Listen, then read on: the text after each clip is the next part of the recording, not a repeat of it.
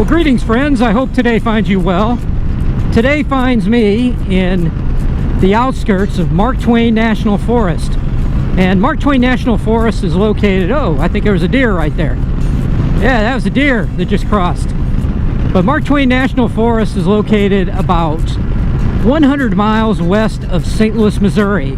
It's about 78,000 acres of some of the nicest, loveliest terrain you'll ever see. Grass, trees, scenic views, a little bit of everything, but it's just very rural. And an interesting thing about it is that the park was actually created back in 1939 by proclamation of Franklin Delano Roosevelt. And it was created because the area had been depleted by loggers and logging mills and things like that in the past. This has always been a very fertile place for oak and for hardwood and for trees and timber.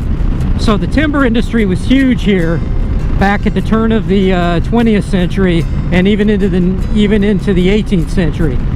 So to kind of replenish everything, Roosevelt went ahead and declared it a national park. The government funded money. As you can see, I'm starting to come through it now. The government funded money towards it for roads and to be able to replant. And what you see today is the benefits of all that hard work.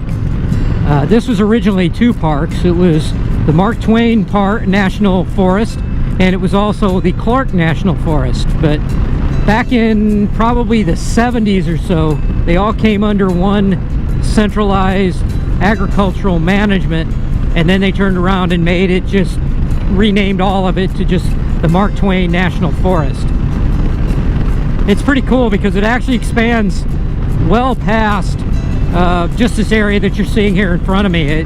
It's actually in a series of quadrants, so I'm riding in the one that's out by Rolla and Salem, Missouri, but you could go as far over as Farmington, Missouri, Poplar Bluff, Missouri, and I think it goes north, and it actually, I think, even starts to connect to you can get pretty close to the Ozark National Forest.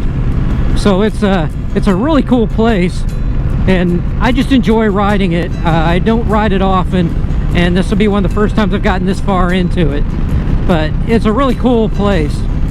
I've always been on the fringes of it, but as you can see coming up, you'll see some fantastic views and some opportunity for some nice sweeping curves. It's got it all. Now my plan today is I'm going to take, again, probably about 40 miles into it, and like I said, I've driven the outskirts of it closer to Poplar Bluff and areas like that, but this is really the first time I've taken this route to get into from Salem directly into the forest this way. So it's kind of a little new to me, but I'm very excited to be able to get out here and ride it. And I'm riding it by myself today, which is very serene, because I get a chance to just enjoy it on my own. I don't have to worry about other motorcyclists or cars. You don't really see anybody in front of me, although there's one person behind me, but they're behind me, so I don't care. Anyway, that's what I'm doing right now, is just enjoying the ride. Now let's see here. Let's see, I want to go ahead and continue on 32, which will take me to Potosi, Missouri, but I'll continue to see these lovely roads here.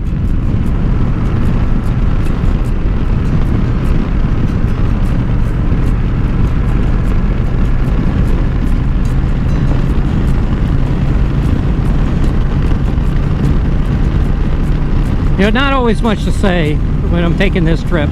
This is just a trip that's just a lot of fun, you know, and I don't know if there's anything really to say. It's just beautiful.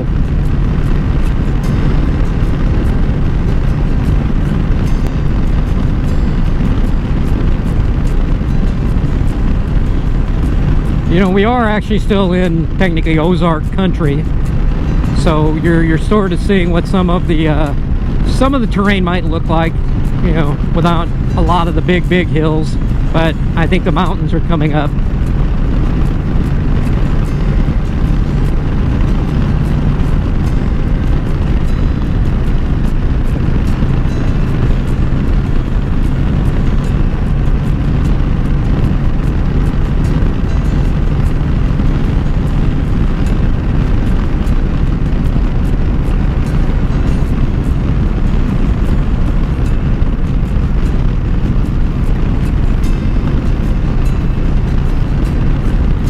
Man, some of these hills are sweeping.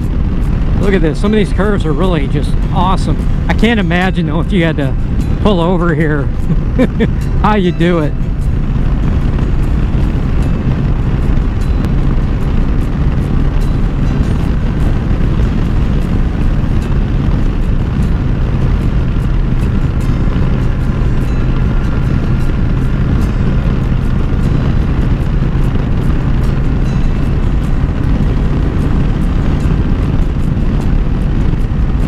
Yeah, we saw one deer come by.